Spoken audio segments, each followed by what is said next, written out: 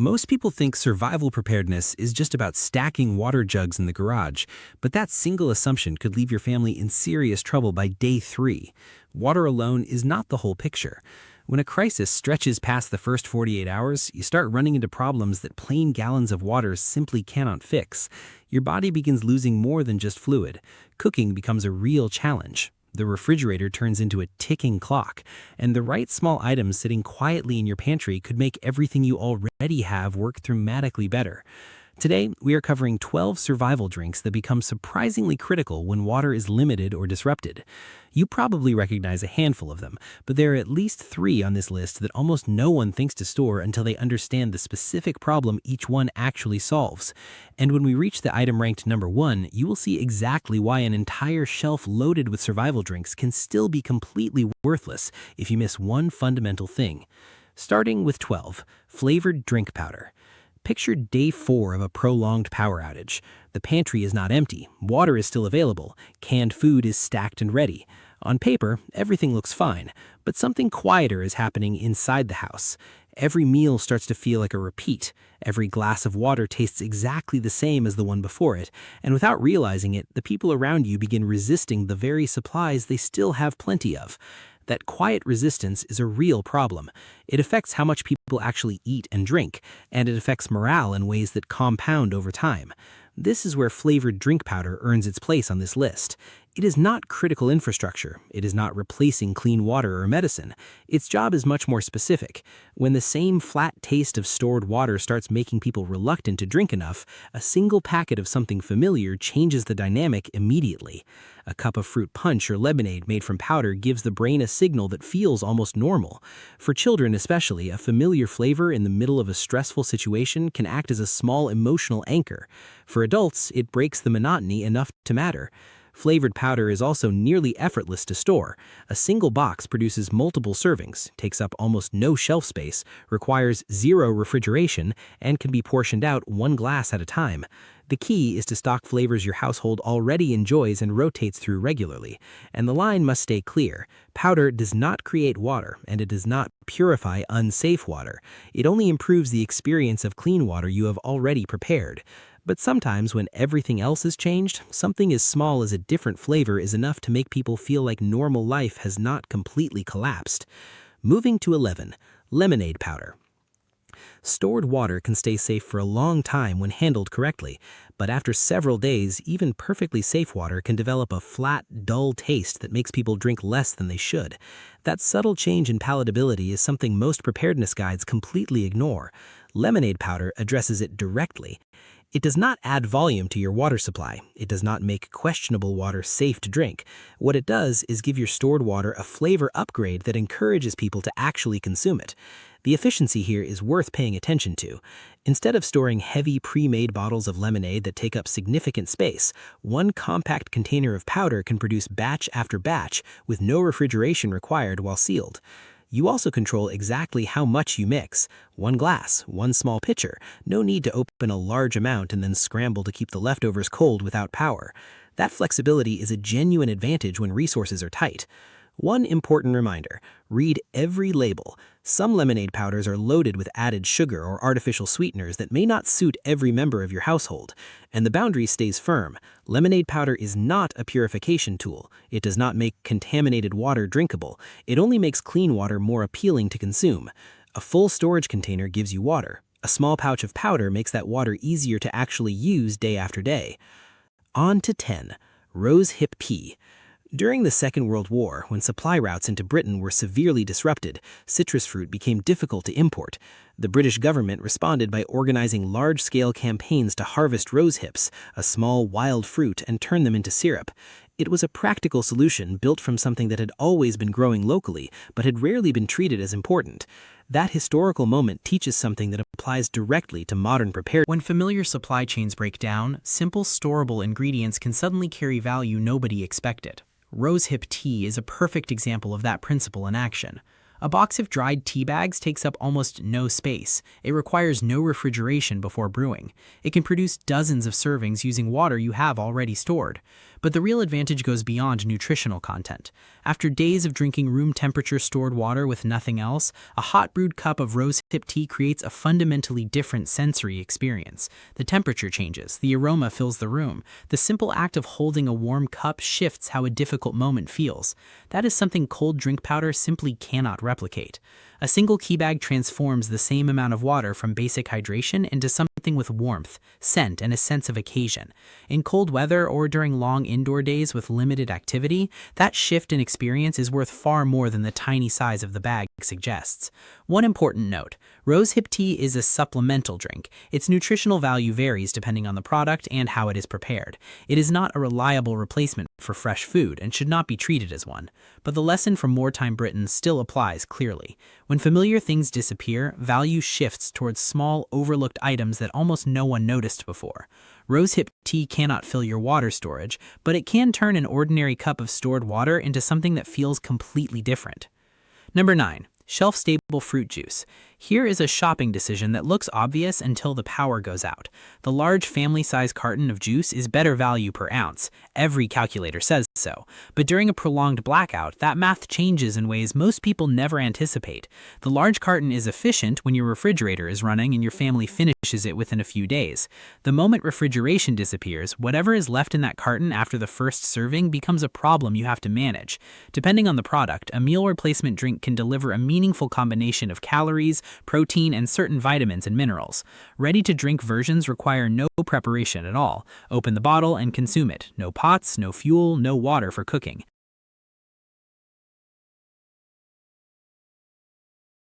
No dishes to clean afterward. This advantage is especially relevant for older adults managing through extended emergencies. The question is sometimes not how much food exists in the house, but whether there is enough physical energy remaining to prepare it properly. A ready-to-drink bottle bypasses that problem entirely. Powdered versions follow a different logic. They depend on having safe water available and must be mixed precisely according to the product instructions. Not every meal replacement product is the same either. Calories, protein ratios, sugar content, and sodium levels vary significantly between brands. Read labels based on your household's specific needs rather than buying anything that claims to be complete. The goal is not to eliminate cooking from your preparedness plan. It is to have an option that requires almost nothing when cooking is temporarily impractical. A full pantry is a great starting point, but there will be moments when the real obstacle is not what food you have. The obstacle is what it takes to turn that food into something ready to eat. Number 7. Powdered milk tea. Not everything on this list is here to quench thirst or replace a meal. Some items earn their place by restoring a small piece of normal structure to a disrupted day. Powdered milk tea sits precisely in that territory. It is not substantial enough to function as a meal, but it is meaningfully more filling than a plain cup of tea. The tea component provides flavor and, depending on the variety, a small amount of caffeine. The milk powder adds a layer of substance without requiring fresh milk or refrigeration. Combined with hot water, the result is something that sits between a beverage and a light snack. The real value of this item is not nutritional density, it is pacing. During an emergency, mealtimes slip, sleep schedules break apart, morning, afternoon, and evening start blending together in ways that make everything feel more chaotic and draining. A cup of milk tea creates a deliberate pause. You heat water, you brew the tea, you stir in the milk powder, you sit down for a few minutes before moving on to whatever comes next. That small ritual gives the day a clearer structure even when everything else has changed. It also fills a specific gap between meals that plain tea cannot cover. When you are not yet hungry enough for a full meal but a simple cup of tea feels insufficient, powdered milk tea bridges that space without requiring you to open canned food, fire up the stove, or commit to a full preparation session. Think of it as a small but meaningful transition point between one part of the day and the next. Some products come pre-mixed with tea, milk powder, and sugar combined. Others require mixing each component separately. Either way, use safe water and follow the directions on the package. The point is not to turn tea into a meal. The point is to give a disrupted day at least one consistent marker, something that signals this is when morning begins, or this is when the afternoon pause happens. In a situation where every other schedule has collapsed, a small, predictable ritual already carries real value. Sixth on the list, coconut water powder. Line up 12 individual cans of coconut water on one side, place a single compact pouch of coconut water powder on the other side. Both can produce a similar number of servings. The difference in weight and physical space between these two options is immediately obvious. That difference is the entire reason coconut water powder has its own spot on this list. At home, in a stationary setup, a few heavy cans sitting on a shelf present no real challenge. But the moment you need to move supplies, whether that means loading a vehicle during an evacuation, carrying bags downstairs, or packing a go bag that already holds water filters, medications, a flashlight, batteries, and food, every pound of weight becomes a genuine decision. Packaged liquid drinks carry most of their weight in the water they contain. Powder inverts that logic entirely. You store the functional component without storing the water weight that normally comes with it. That means you carry only what is needed to create the drink later, using water you collect or already have on hand.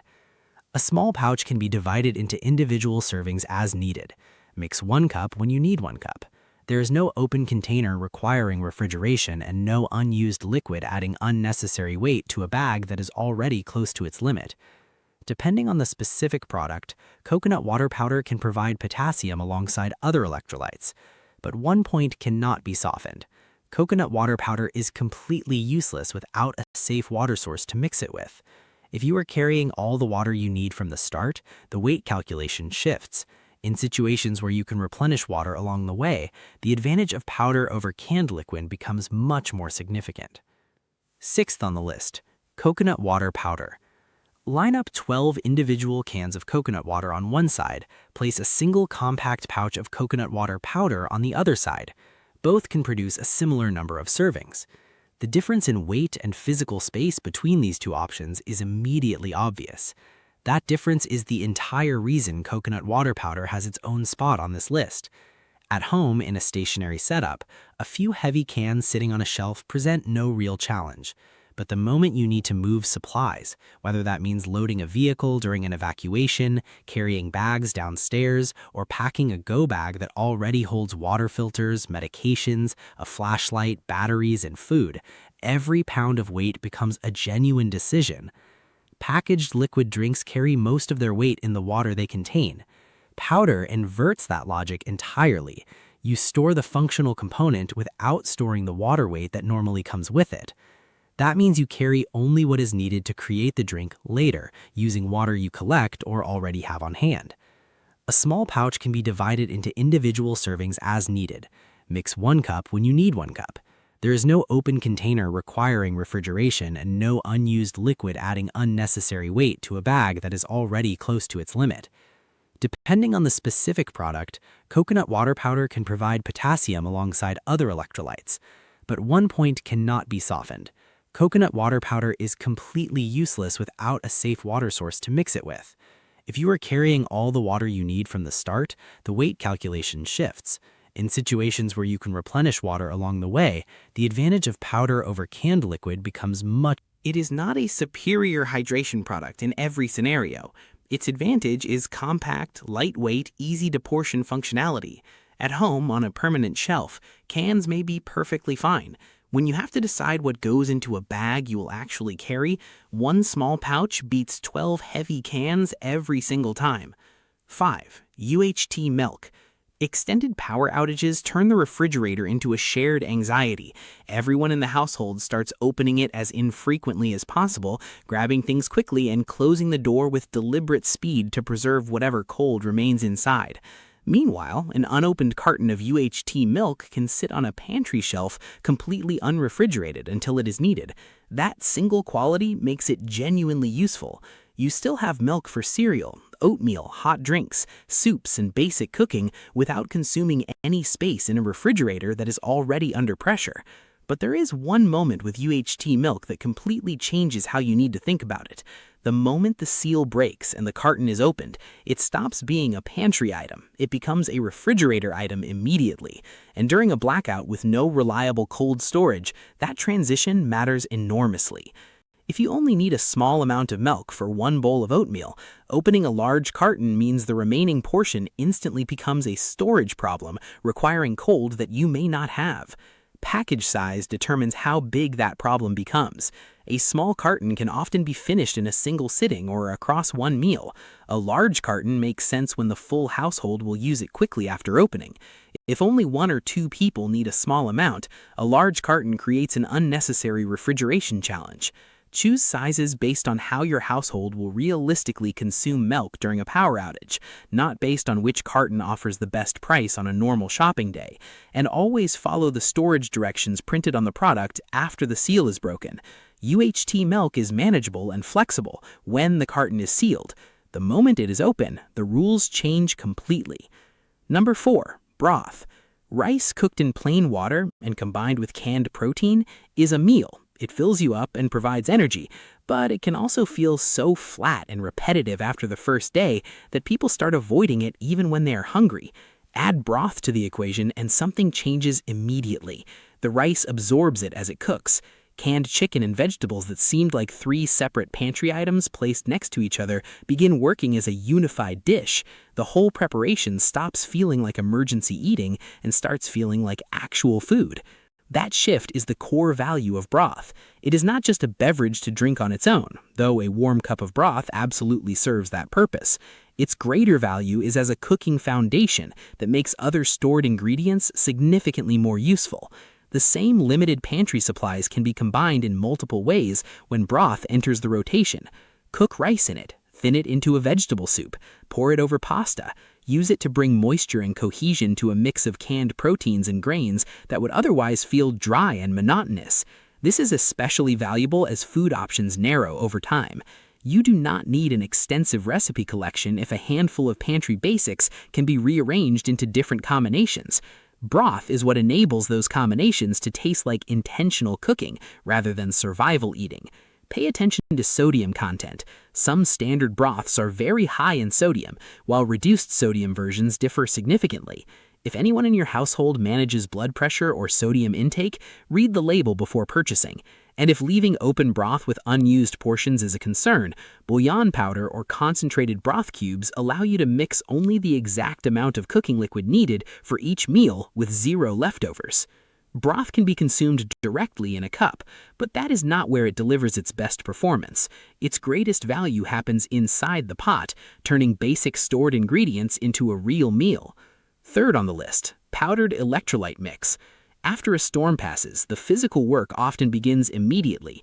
Branches to clear, supplies to move, heavy items to carry from vehicles into the house. Hours of outdoor labor while temperatures remain elevated and sweat soaks through clothing continuously. You keep drinking water throughout the process, but at a certain point, the volume of water consumed is no longer the complete answer to what your body needs. Heavy sweating does not only remove water from the body, it also depletes certain minerals. That is the specific gap that powdered electrolyte mix is designed to address. Depending on the product, a single packet may contain sodium, potassium, and carbohydrates in addition to other ingredients. Its purpose is not to replace plain water. It is to provide an additional option during periods of significant physical exertion combined with heavy perspiration in warm conditions. From a logistical standpoint, electrolyte powder is remarkably efficient to store. A small collection of packets fits inside an emergency kit, a vehicle glove compartment, or a work bag while adding almost no weight. When the situation calls for it, you open one packet and mix it with the amount of water specified on the label. No need to carry cases of pre-mixed sports drinks. No refrigeration required. The critical distinction is context. Hot ambient temperature alone does not automatically mean electrolyte powder is needed. The relevant trigger is substantial fluid loss through sweating combined with extended physical activity. And one principle applies firmly regardless of the product. Mixing a stronger concentration than the label specifies does not produce better results.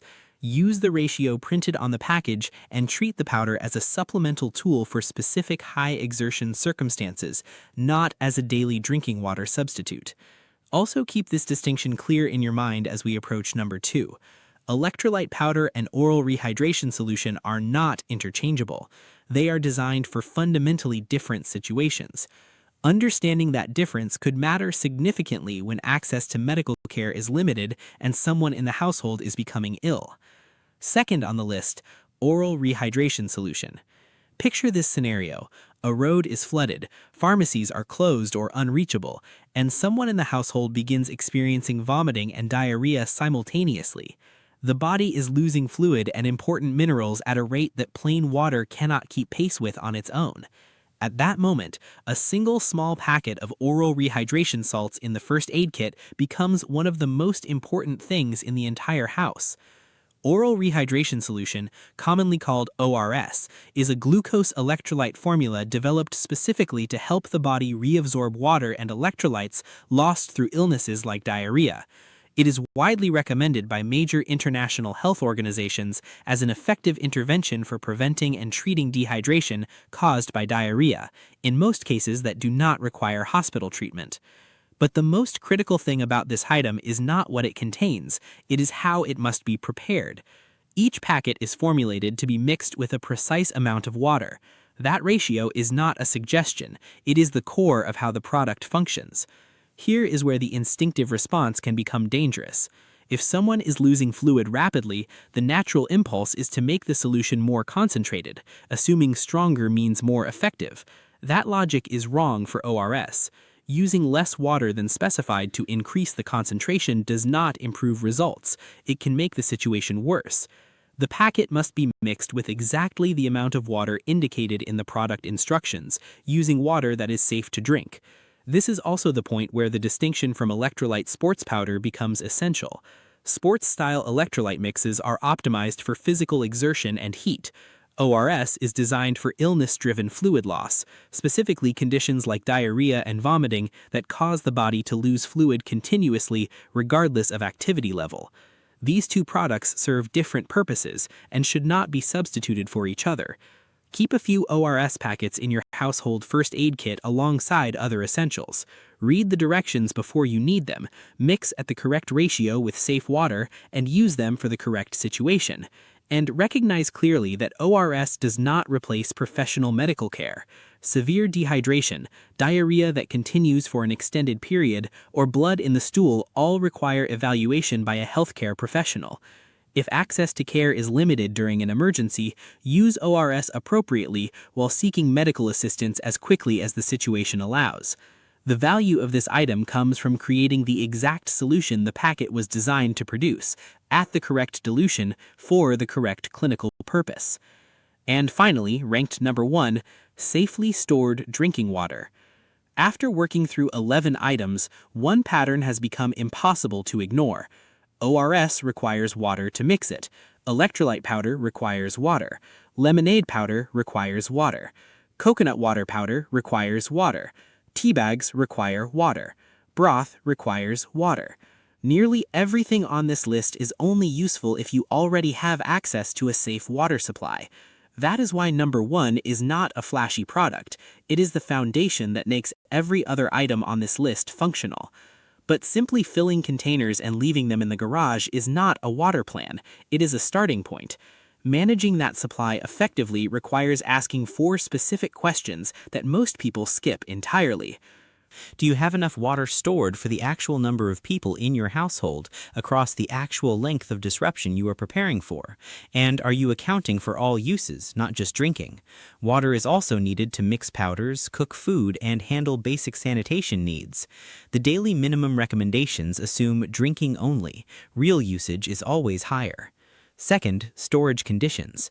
Are your containers appropriate for long-term water storage? Are they sealed properly and protected from contamination? Are they kept away from excessive heat, direct sunlight, and chemical exposure?